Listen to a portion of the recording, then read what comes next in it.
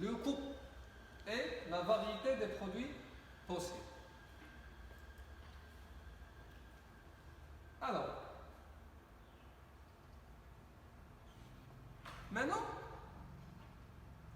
un élément de module qui est très important, c'est comment choisir un fournisseur ou bien comment sélectionner un fournisseur. La méthode est simple, ou bien la technique d'achat.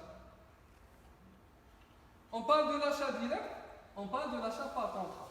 D'accord? Ou bien on parle de l'achat par bon de commande.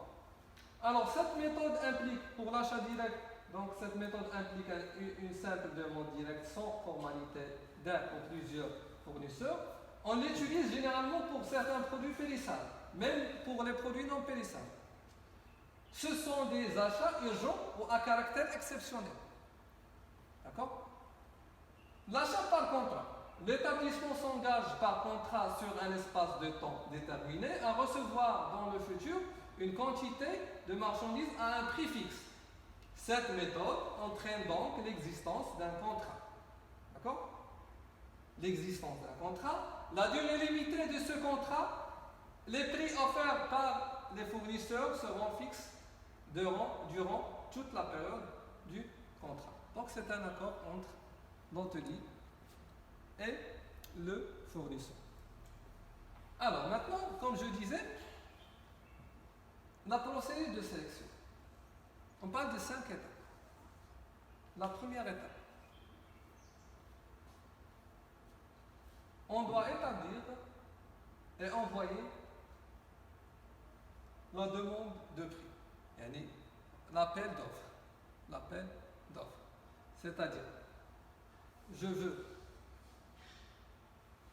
voudrais par exemple XXX, donc tomates, navets, ainsi de suite, fruits et légumes, donc viande, volaille, gibier, ainsi de suite, les boissons alcoolisées noires.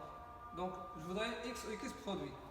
Je dois demander au fournisseur de m'envoyer l'offre de prix, c'est-à-dire le devis. Alors étape 2, la réception des devis fournisseurs, c'est-à-dire les offres de prix. D'accord? Étape 3, établissement du tableau comparatif des prix. Étape 4,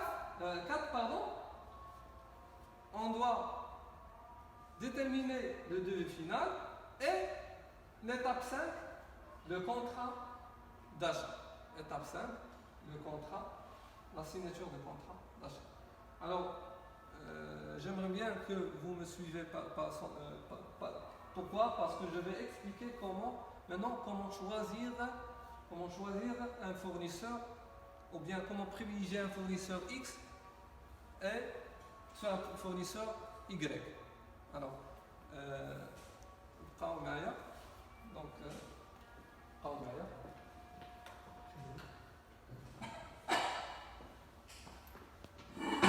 alors, si vous remarquez ici, l'étape 3, établissement du tableau comparatif des prix. Comment? Par deux méthodes, la méthode de la valeur totale et la méthode d'alignement. D'accord? Et si je vais vous montrer, je vais vous expliquer comment, bien sûr.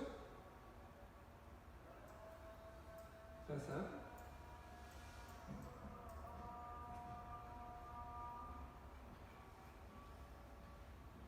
Alors, voilà la procédure de sélection. L'étape 1, c'est établissement et envoi de la demande de prix. D'accord? L'étape 2, c'est la réception des devis, c'est-à-dire les offres de prix. Étape 3, c'est établissement du tableau comparatif de prix. Étape 4, le devis final, le contrat d'achat. Alors, je vous donne un exemple. Par exemple, un hôtel Malabata, et ainsi de suite, il a rédigé une demande de prix et elle a envoyé donc acteurs. Ils ont besoin de ces produits, tomates, pommes de terre, carottes, navets, courgettes, haricots, petits pois, ainsi de suite. La quantité prévue, c'est celle-là, celle-ci. Alors, automatiquement, l'hôtel a reçu donc le devis. Voilà, un exemple de devis. L'étape 3. Alors on est arrivé à l'étape 3. C'est l'élaboration et établir un tableau comparatif de prix. Je vais essayer de copier ce tableau. Ouvrir un fichier Excel pour expliquer comment nous allons choisir et sélectionner le fournisseur qui représente l'offre la plus avantageuse.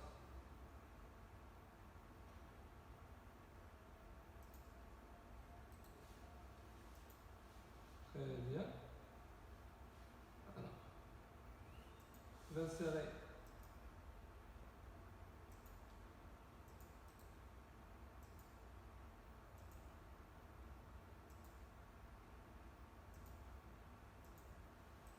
un colonne. Une colonne, pardon.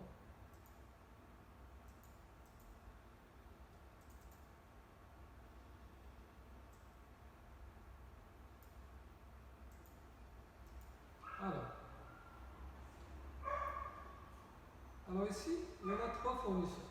Comme je disais, on doit établir un tableau comparatif pour la mettre en concurrence, pour la mise en concurrence des fournisseurs et pour choisir le fournisseur, bien sûr, qui représente pour nous la vente. Alors, on a un fournisseur A. Alors ici, on est arrivé à l'étape de là. On a reçu, on a envoyé l'offre de l'appel d'offres, l'offre de prix, on a reçu des devis des fournisseurs.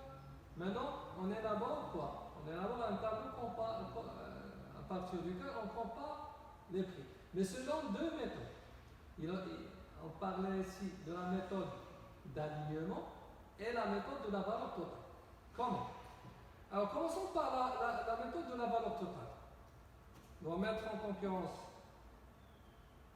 valeur fournisseur A, valeur fournisseur B et valeur totale fournisseur C.